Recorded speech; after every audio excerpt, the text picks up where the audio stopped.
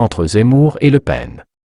Éric Zemmour en meeting à Lille, Marine Le Pen à Reims. Les deux candidats d'extrême droite se livrent samedi un duel à distance pour tenter d'installer une dynamique en leur faveur, alors que la campagne est toujours suspendue à l'annonce de candidature d'Emmanuel Macron.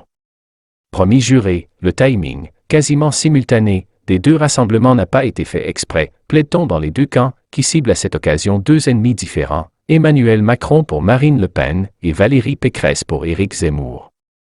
Lassée du bruit et de la fureur, Marine Le Pen entend insister sur des solutions concrètes lors de sa convention présidentielle de Reims, où 3000 militants sont attendus.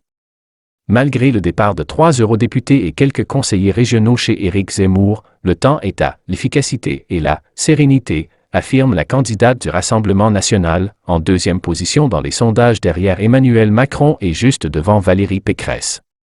Un message vidéo de soutien du Premier ministre hongrois Viktor Orbán, qu'il avait reçu à l'automne, pourrait être diffusé à Reims comme un gage de « sérieux ».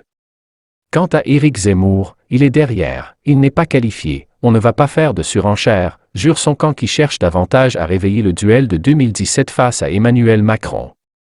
La candidate RN n'a pu s'empêcher toutefois d'attaquer à nouveau son rival dans le Figaro, en lui reprochant son communautarisme et d'attirer des personnages sulfureux, venus puis repartis de l'ancien Front National, des catholiques traditionnalistes, des païens et quelques nazis. Samedi matin, elle a suggéré à son rival de faire le ménage en citant le mouvement d'ultra-droite Les Zouaves, accusé d'avoir agressé des militants de SOS Racisme au meeting de M. Zemmour à Villepinte le 5 décembre. Manifestation à Lille. Éric Zemmour sera, lui, dans l'après-midi en meeting au Grand Palais de Lille pour ce qu'il espère être une démonstration de force. Autour de 8000 partisans y sont attendus. Quelques centaines de personnes se sont rassemblées contre la venue du candidat Reconquête.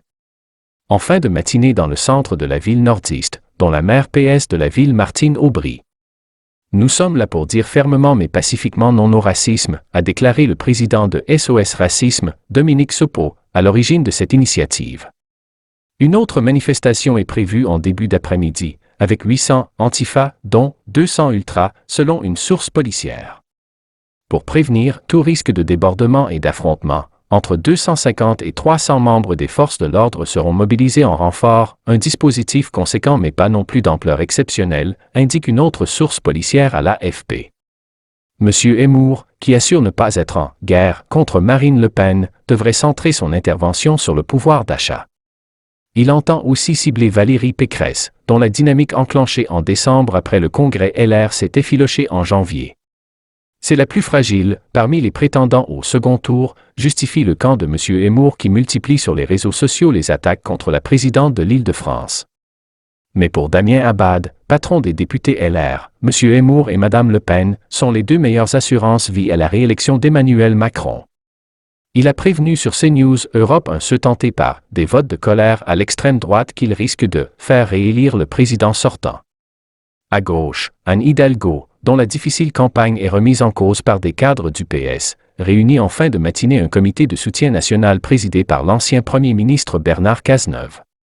Fabien Roussel tient, lui, dimanche, un grand meeting à Marseille, son premier depuis la publication de son programme « La France des jours heureux » le 24 janvier.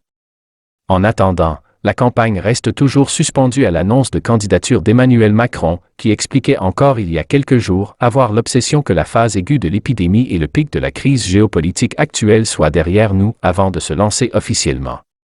Le chef de l'État est attendu lundi en Russie pour rencontrer Vladimir Poutine et mardi à Kiev pour échanger avec son homologue ukrainien. De quoi retarder encore un peu plus le top